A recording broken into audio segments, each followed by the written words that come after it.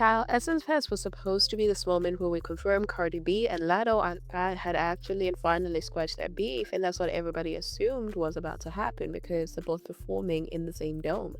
Now, I remember just a few days ago, the BET Awards, Cardi B performed, and Latto was also there too, and we figured, they're in the same building, the beef is probably squashed and done.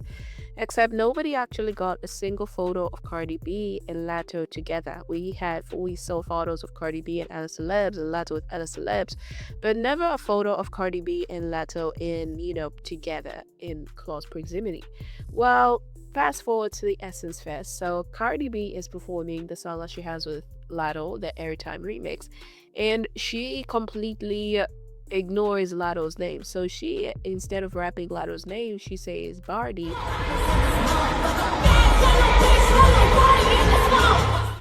And Latto turns around and, does the same thing for her Put It on the Floor and Get remix that she has with Cardi B. She also name dropped Cardi B in that song. But when she was performing it, she did not name Cardi B. Child, I don't know what's not given, but it's given. We cool behind the scenes. They're just, doing this for the sake of, doing it. And which I was just the first day of Essence Fest. But I don't think they're really cool with each other like that, child. And they have been subtly shading each other on social media because, the whole bag situation and Cardi B's social media manager Ken Barbie taken to X to tweet that whole tweet that did not even seem like an apology to Latto. And because behind the scenes, she actually took 2 months to get back to respond to Latto, even though she said publicly that she was going to apologize and get Latto a bag. And since then, Latto, in most of her videos, she has been showing these clips where she's in her closet and she's showing all this bag, saying that I don't need the bag that, Cardi B says she's going to get for me when I already have my own bags. I can get my own bag so Cardi B can keep her bag. Now, right before Cardi B went on stage that same night, before she went on stage to perform at Essence Fest, she hopped on live and child, she had some things to say. She had things to say to get off her chest. There's motherfuckers on TikTok trying to do a little, a bitch and a propaganda. They trying to take me out of here, trying to take money out of my fucking pockets. But one thing for sure, two things for certain, guess what you can't do? You can't take money off my company, bitch, because this is my company owned by the brim. Yeah, Grow Good is owned by me. So all that propaganda that y'all trying to do, take money out of my pockets. And when y'all take money out of my pockets, y'all take food out of my kid's mouth. That ain't gonna happen. A hating ass bitch. Trying to take fucking money off my pocket, bitch. How you gonna take money off my fucking own company, bitch? I'm a boss in this bitch. Now, this is what I gotta say about Cardi B. So in that live, she said that Girl Good is owned by the Brim, it's owned by her, which is false, child. Because if you pull out the receipts, if you pull out the ACC filings, Cardi B does not own 100% of her company. So whatever money she makes, it doesn't go into her pockets entirely. She has to share that with Revolve, between Revolve and Cardi B. So her company, Grow Good, is publicly traded. Now, switching gears, child, because Offset is out here having his own moment. So there's a rapper that goes by the name Rylo Rodriguez. I don't even know who this rapper is, child. So he put out his album, and in one of the songs, he name dropped Offset. So he said something about, a casino, and we all know that Offset had issues. He had a gambling addiction, okay? So basically, he used Offset's name as a punchline about being loyal versus not being loyal. And Offset saw that and it did not sit well with him. And also, he went on his story straight up and started dragging Rylo by his dreads. So he told you that. So he said that Rylo is way too broke to be name dropping Offset for clout. And he called him out by his handles. He put an ad on it. And he also said that Offset saying that Rylo can come back to Atlanta. And when people started saying that he should delete it, he doubled down and he's not deleting anything. So he's calling it exactly as it is. And he's saying that Rylo is trying to gain some traction by using Offset's name. Now, Offset, child, let's be serious. Let us be serious. I mean, I do like his last project. I still stream it. I still listen to it. That was a very good album. But come on now. Really?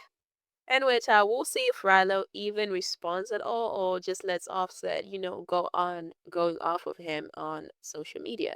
And then we gotta talk about Cardi B's other baby daddy, Stefon Diggs. So he is still in court, okay, with Chris Griffith. And right now things are a lot messier than people realize.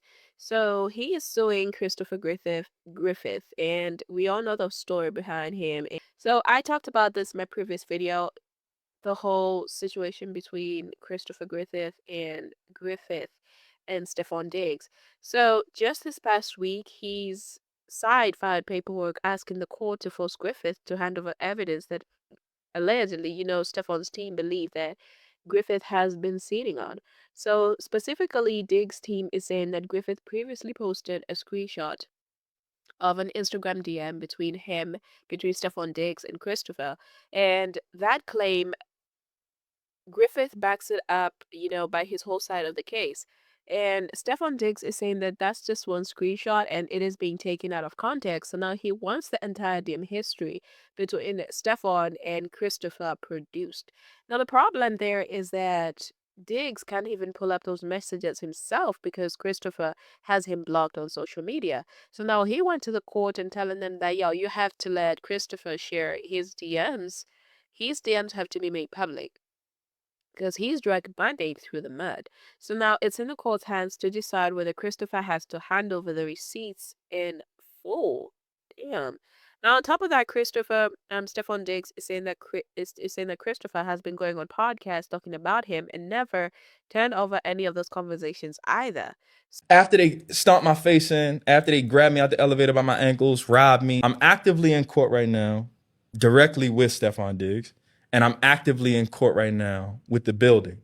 There's video of these guys walking directly in the front of the building, the front door, wide open. You're supposed to have a keypad in order for that to happen. I lived on a floor that requires exclusive access. If you live on the 16th floor, you can't access the 18th floor. My code, if I live on the 16th floor, will work for my unit, it will work for the common areas, and it will work for the 16th floor. I can't access those other floors. So the fact that they were at my floor, on my floor, for that of like 50 minutes to an hour, sitting outside my door, pacing up and down the floor, it ain't nothing but 8 to 10 units on the floor. I had 2 neighbors that have come forth saying that they went to security, told security that there's guys that look like hobos on our floor, you should look into it, and told me that had they looked into it, it wouldn't have happened. Not to mention when it occurred, one of the employees came up to my floor, prepared to open my door with a key in hand while I'm being held hostage. After they stomped my face in, after they grabbed me out the elevator by my ankles, robbed me. The crazy thing about it is they stole an orange toiletry Goyard bag from me. Part of the reason why I put the ICG on this bag and it's orange is because I'm in court so much these days. It's like I, Christopher Griffith, vowed to tell. So Christopher has been on a run trial. He has been talking about Stefan, which is rightfully so because I mean, in this case, in this video evidence of, Stefan Diggs' brother and other guys jumping Christopher. So Christopher has been on this full podcast run, and it is painting Stefan Diggs in a bad light. Not that the video, as if the video is not enough, child. So Stefan Diggs is feeling some type of way about this. And there's a whole separate fight over travel records from a weekend Griffith allegedly flew from California to Maryland, where Griffith apparently said under oath that he paid for that trip himself, but earlier he claimed that Diggs' team had booked that trip. So now there's paperwork asking a federal judge to sort out who's telling the truth about a plane ticket, which tells you, child, that I don't see this case closing anytime soon.